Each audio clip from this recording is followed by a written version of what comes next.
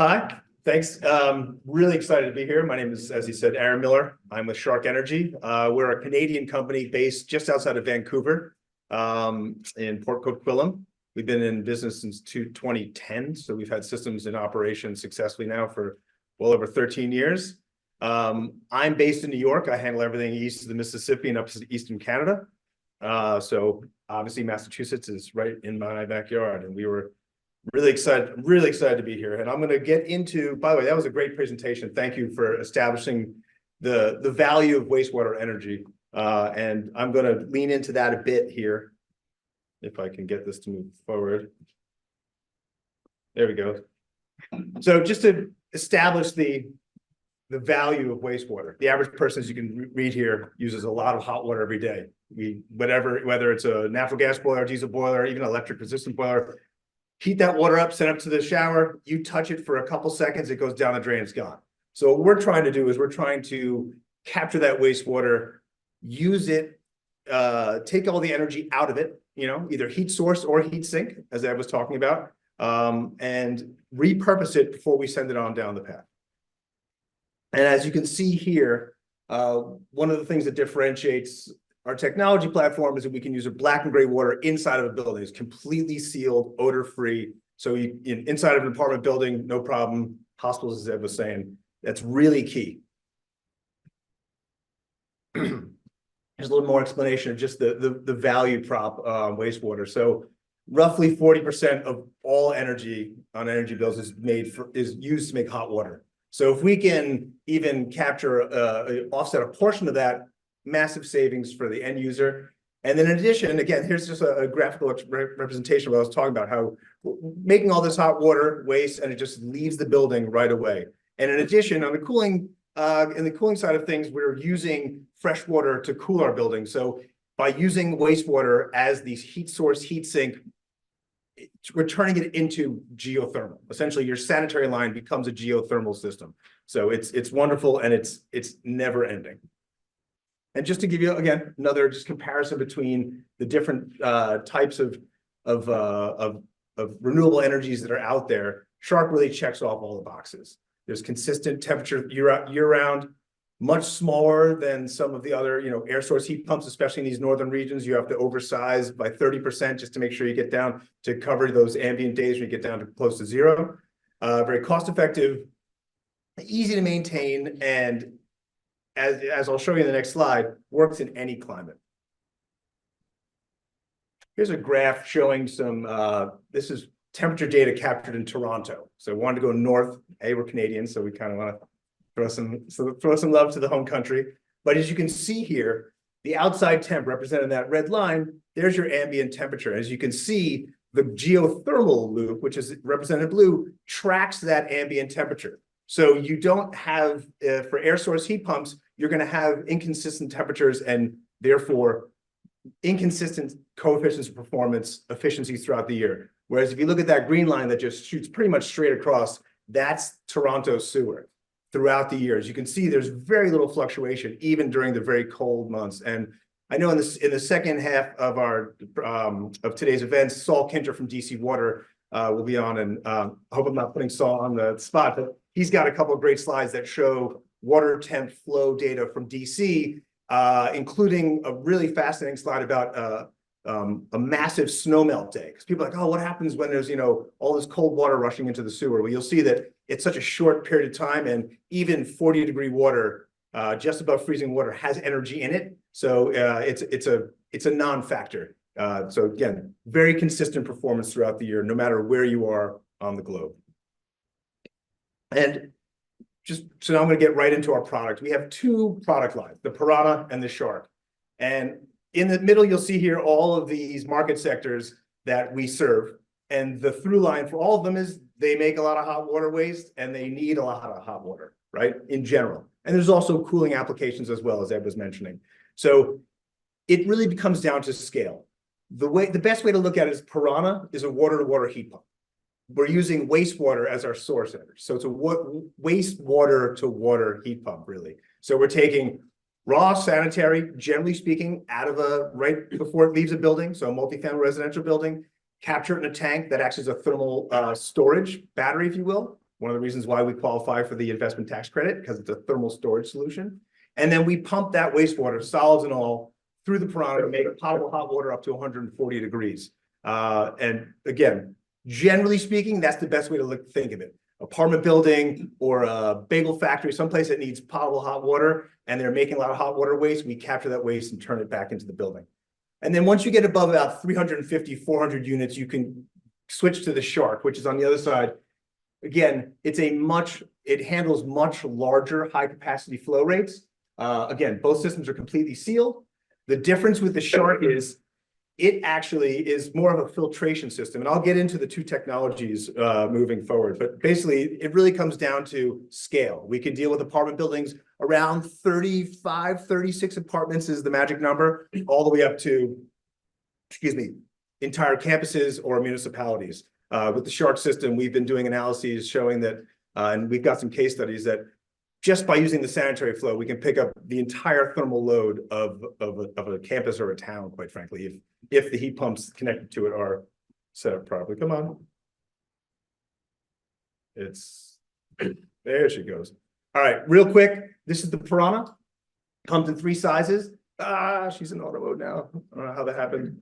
So 3 sizes, T5, T10, T15, they all correspond to the heating output. So here you go, 60, 120, and 180 MVH. They're totally scalable. So you can put 2, 3, 4 of these together. Once you get past about 4 Piranha T15, you're really at a footprint and a flow rate and a load profile of the building that you should be looking at a SHARC. But our team works very closely with recommending engineers and end users to make sure that we help design the system properly from the beginning all the way through commissioning. And as you can see, depending on the building parameters and whether or not we're able to capture more than just wastewater, we have a version of the piranha that can also connect to a condenser loop or some kind of rejected heat from the building. And you can get COPs well north of 6, actually, but we just try to be conservative because we don't want to overstate the success.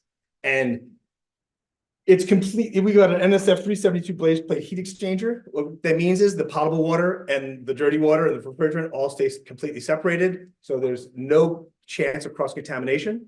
And we're using a refrigerant that has a 56 lower global warming potential than the industry standard. So we're trying to stay ahead of the curve. And this is what the piranha looks like inside, generally speaking. It's an evaporator tank that's designed specifically so that it won't clog. If you can flush it down a toilet, you can pass it through our system with no problem. The only place we've had issues is an assisted living facility in Australia. We had to put a MassDOER pump on the front end because it's amazing what the residents were flushing down the toilet. It's shocking. So in theory, just in practicality, what happens is the wastewater is pumped, solids and all, into the tank. Heavy solids fall on the bottom. It's flushed out multiple times a day. If it's above grade, meaning that the piranha is above the sanitary line, which is how we love it, it naturally gravity feeds. If it's mid or below grade, we can pump it out multiple times a day like a toilet. And then any floaties just basically pass along the top and go back into the wastewater holding tank, because this can act as a multi-pass system. Essentially what we're doing is we're putting roughly at 70-degree wastewater into that tank, slowly extracting it. The tank is wrapped in a refrigerant sheath. We then run that refrigerant through a standard compressor circuit to heat it up through your brazed plate heat exchanger, and out the end to your hot water plant. Again, 140-degree potable hot water. We have a modular mixing valve on the output end, so we can actually give you 120, 110, whatever the project needs to maximize COPs or the specific requirements of the project. And this is an example. I just wanted to show you that, like, we are. One of the things that the conversations that I have all the time is like, well, how do you compare versus geo? It's not. We're plus geo. We are an adder. So in this case, here's an example of using piranha, where this is a drawing of something we're doing in Minnesota right now, where it's heating dominant. So the geofields are being sucked dry of the heat. So what we're doing is we're using the piranha to capture sanitary waste from the building, make hot water, and then pump it back into the field to saturate it again. Same way, reverse. If you're in a cooling dominant and you're putting too much energy into that geofield, you can now take that excess heat out of the geofield, run it through the piranha, and make hot water for the building. So again, it's a plus plus. It's not an either or. And I'll just throw here's some Piranha case examples. This is a multifamily residential building in Vancouver, as you can see, and 60 units. We've got our Piranha wedged against in the mechanical space right next to the boiler plant. So it's really efficient. And I'll let you read, as you can see, huge natural gas reduction, massive GHG savings. So there's operational savings, there's GHG savings, and in certain municipalities, with the building energy performance standards and also carbon taxes, for lack of a better term, our system is really showing great value for the end users. And this project was the subject of an EPRI challenge. And so we've got a really nice report that we can share with you. It's actually on our website if you'd like to grab it. I'm more than happy to give it to you personally. Here's a hotel, just trying to show you different market sectors. This is a hotel up in the Canadian Rockies, so there's no natural gas distribution. Very similar to some of the projects we were just looking at yesterday in Vermont, where propane is delivered to site, very expensive. So just by putting a small Piranha, actually our mid-sized Piranha, excuse me, wedged in between the wall and their washer machines, we're capturing that 100-degree some odd output from the commercial laundry, running it through the Piranha, and then basically filling that storage tank with hot water that they then use for the washing cycles. And you can see the savings. The hotelier is so excited that basically they're going to start deploying this across all their hotels. Anecdotally, the manager of the hotel said his boilers used to fire every 5 minutes. Now they fire every 45 minutes. So huge savings. They couldn't be happier, and we couldn't be happier either. And just to scale up, here's a multifamily residential project in, please stay, Vancouver. Phase one was a SHARC 660. That was the larger system because you could see 700 residential units, so much larger flow rates. And then the smaller building, we found that could be supported by 2 T10s. And I really wish they would stop doing that. Again, you can read faster than I can speak, the natural gas savings and the carbon emission savings. And here we are. So this is the SHARC. You still have time, man. All right. Well, I'm so used to just kind of keeping the pace. I apologize. I will admit there's a lot of tech being thrown at you. Happy to set up a time to walk you through it in a deeper dive if you really want to nerd out on how this tech works, but I want to get to the value prop as quickly as I can. So the SHARC comes currently in 2 sizes. We're in final testing on the 1212. The 6, the 8, and the 12 correspond to the size of the inlet and outlet pipe. So it's all about flow, right? So as you can see here, we're talking about max 550 gallons per minute. And our small SHARC can provide almost 3/4 of a megawatt thermal transfer. So this is why although the Piranha, because it's actually a heat pump, we can measure a COP. The SHARC, as I'll show in a second, has a heat exchanger that you connect heat pumps to. So the COP is really governed by the connected equipment downstream, but we like to think of it as exponential efficiency because we're using kW of electricity to move this small blue motor, right, and some pumps, and we're getting megawatts of thermal transfer. So you're putting this much in, you're getting a lot out, and it's just a matter of what you do with it.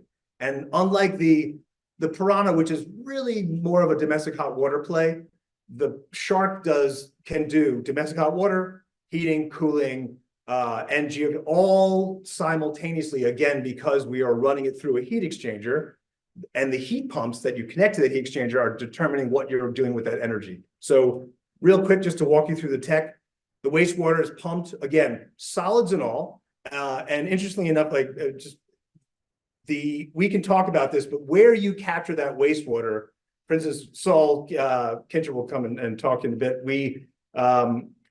When you're grabbing municipal sewer line or some kind of lift station, we're trying to grab at a lift station or wastewater treatment plant, we want to grab after the first primary screening, sedentary dropout, so we can avoid as much as possible the 2x4s, lawn chairs, whatever other stuff that comes down the line.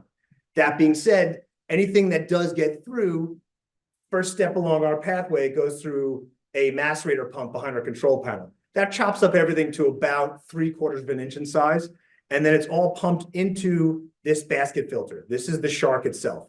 And this, like I said, this blue motor turns an auger, and there's a brush, and it drives all the large solids down and out the bottom and out to city sewer, and they rejoin the sanitary stream, and they move on with life. This basket filter has small holes in it, and basically any solids that get pushed through that basket filter are now no larger than around 3 millimeters in size.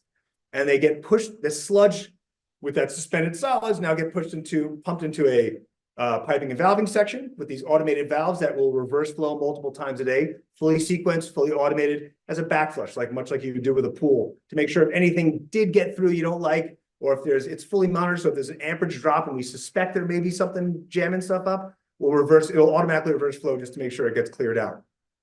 That sludge is then pumped into, I'll speed it up, okay, into the wastewater, into the heat exchanger, and then again, all the magic happens downstream. Here, it just line diagram. Everything you see in that green rectangle is what you saw on the previous slide. Here's heating, where we're taking wastewater through the SHARC, taking the energy out of it through the heat exchanger, pumping it into the building for heating. We reverse the flow, and now we're taking rejected heat from the building and dumping it to city sewers. So now here's where you're talking about the SHARC doing heat source, heat sink, and then when you really get going is when the SHARC can support an ambient loop. So we're using the sewer to support an ambient loop that then heat pumps can do simultaneous heating, cooling, and domestic hot water performance. And here's an example of a project we're looking at in Westchester, New York right now, where the city got a grant to replace an ancient sewer. They're going to replace the sewer, dig a geofield, and when the developer talked to us and they did the math, they realized that by putting the SHARC in between, to connect to support that ambient loop, they can reduce the bore field by 47%. So the developer is now massive upfront cost savings on the project. The other play now is, well, do we want to keep the bore field larger and just increase the capacity of the loop? So again, excellent opportunities. And I just wanted to show you the inside of the SHARC after 300 million gallons of sewage had run through it. Literally just we flushed some fresh water through it just to get rid of the residual smell. But this is what it looks like. It's miraculously clean. And we use very little fresh water. And to that point, here's a case study from DC Water headquarters. And they've got a SHARC 660, and I'm hoping Saul will talk about this in a bit this afternoon. We've got our baby SHARC, if you will, in the basement of this lift station. DC Water built a brand new, beautiful glazed office building on top of an old lift station, and we're using the wastewater stream that runs through that lift station to provide heating and cooling. As you can see, the building is mostly in cooling, and we pick up that cooling load almost exclusively. The only time I understand that the cooling towers are operated is when we're in maintenance, which is roughly 2 to 4 times a year, depending on the project. And then also DC, has mandates that after a rainstorm, you have to use collected water for cooling tower. But you can see we're saving 1.5 million gallons of water estimated a year. So massive savings. And here's some, am I doing it right? Here's some district systems, National Western Center. These are all up and running and able for you to come visit. DC Water's great. Thank you, Saul, in advance for hosting all these lovely people. National Western Center, old rodeo stockyard, massive sewer line running past it. We intercept it. We're now providing 3.8 megawatts for an ever expanding mixed-use commercial campus. And they will be expanding to 10 megawatts as they bring more buildings online. This is a project currently in operation up in Vancouver, where the University of British Columbia gave back some land to the First Nations. They're building just a wonderful mixed-use campus, and we're using the SHARC 6 right now. As you can see, we have a single SHARC in here, a lot of room to expand. So we plan to pick up about a 70-acre community that will be completely heated and cooled and with hot water using SHARC and a mix of other renewable assets. And this is another opportunity in Falls Creek. We still going? Got it done? Really? Kick me done? All right. Last slide. I wanted to show you what we're doing. So I was just up in Vermont yesterday and New Hampshire looking at some opportunities. We've got projects in New York City going online right now, mixed use multifamily residential. And I don't know why the slide disappeared, but there was part of the value prop here is that mixed use in Brooklyn. It was a previously disadvantaged community in Brooklyn, and they're now bringing our technology with geothermal to bear, and we're going to be able to like now bring decarbonization, electrification, better air quality, all the community resiliency, all of those benefits, the equity, the energy equity portion of wastewater energy transfer, it cannot be like, it needs to be, we need to bang that drum because it really can make a difference. I think, much like Ed said, this is how we're going to decarbonize at scale. Like this really, we're gonna go building by building, community by community, and city by city. So I thank you, and I again apologize for the foibles on the deck. Thank you.